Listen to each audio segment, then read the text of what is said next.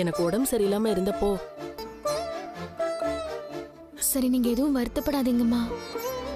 சம்மதிக்க வைக்கணும். நான் வரேன்.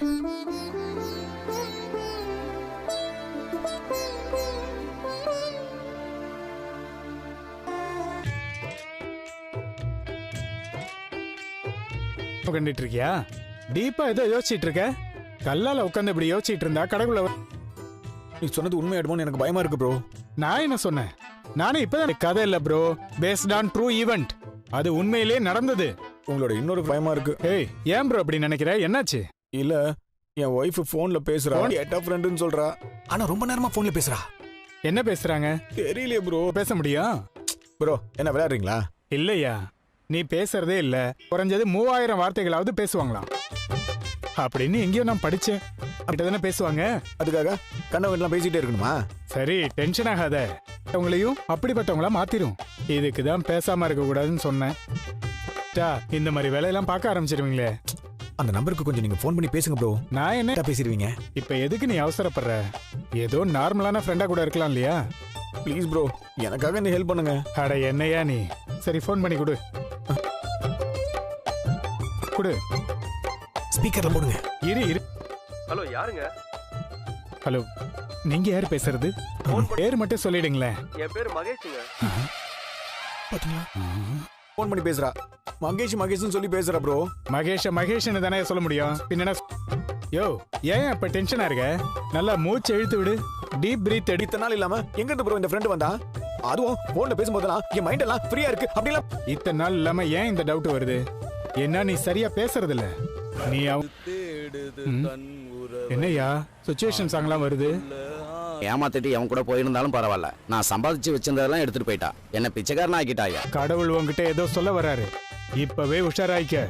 இல்ல மனோ. சொல்லு மகேஸ்வரி. என்னடி முழு பேரை சொல். ஏய், நான் எக்ஸ்பெக்ட் பண்ணதுதான் இது. ஆனா ஒண்ணு, உன் ஹஸ்பண்ட் நீ சொன்ன மாதிரியே கரெக்ட் தான்.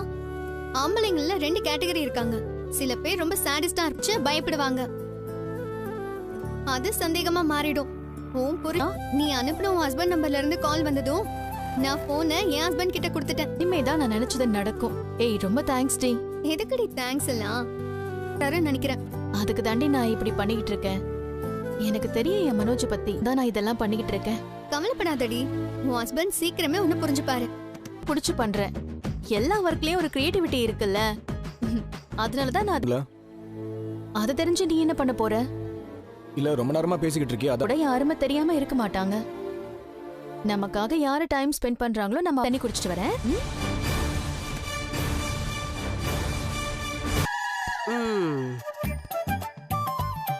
பார்வதி, என்னால முடியல.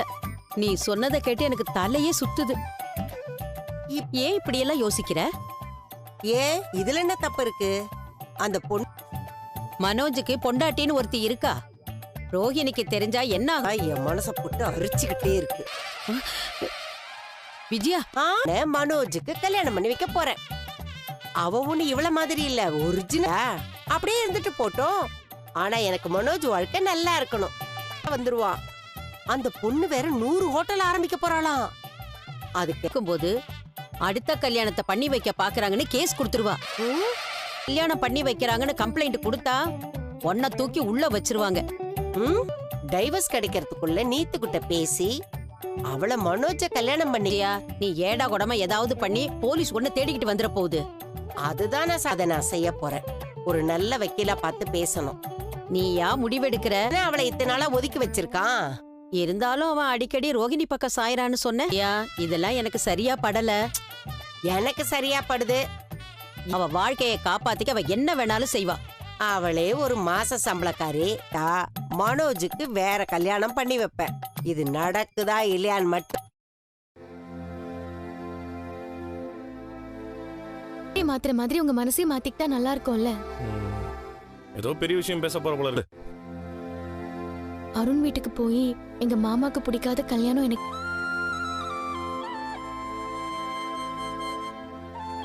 புரிஞ்சுக்கிட்டான். நீங்க என் புருஷன், அந்த உரிமையில ஒண்ணு கேட்கவா?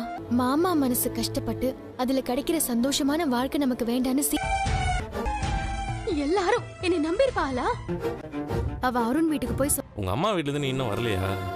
ஏங்க, ஏன் எப்ப பார்த்தாலும் ஏதாவது ஏடா கூடமா பேசிட்டே? இந்த மாதிரி பல பிரச்சனை இருக்கு அவங்ககிட்ட. அவங்க கூட போய் சீதாலாம் நல்லா வாழ முடியாது, பின்னாடி கஷ்டப்படுவா. அது காரணம் கிடையாது. உங்ககிட்ட இந்த கெடுதல் நடக்கணும்னு அந்த கல்யாணத்துக்கு ஒத்துப்பீங்களா? அவன் என் காலில் விழுந்து கதறுனான். இல்லங்க, உங்க முடிவை மாத்துறதுக்காக தான் நான் இப்ப பேசிட்டு இருக்கேன். கொஞ்சம் உணர்ச்சி வசப்படாம கொடுக்குறாங்களே. ஒருவேளை அருணும் அவங்க அம்மாவும் எங்க வீட்டுக்கு வந்து பேசி அம்மாவை சமாதானப்படுத்தி. ஆனா கட்டாயிடும். உன் குடும்பத்தோட சவகாசமே கட்டாயிடும். அந்த அளவுக்கு யோசிக்க ஆரம்பிச்சீங்க இப்ப.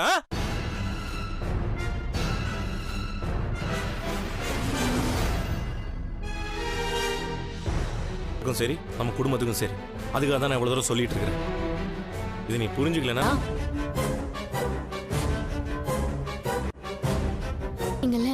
எனக்காக இது பண்ணணும்னு உங்களுக்கு தோணலையா? நான் சொல்றது கூட கேட்க மாட்டீங்களா? இதெல்லாம் நியாயம் இல்ல. நியாயம் இல்லாத பக்கம் இந்த முத்து என்னைக்குமே நிக்க மாட்டான். இப்ப கூட நான் சீதா உள்ள மாப்பிளைய நான் பாக்குறேன். சரியா? என்ன மீறி ஏதாவது பண்ணிருக்காங்க. யாருக்கு பர்த்டே? என் ஃப்ரெண்டோட பர்த்டே பார்ட்டி. அப்புறம் நான் பார்ட்டி முடிஞ்சு வர லேட் ஆகும். சரியா? அப்படி யாருக்கு பர்த்டே? அதுதான் ஃப்ரெண்டு. பையனா இருந்தானே பொண்ணா இருந்தானே எல்லாமே ஃப்ரெண்ட்ஸ் தானே. என்ன திடீர்னு இப்படி எல்லாம்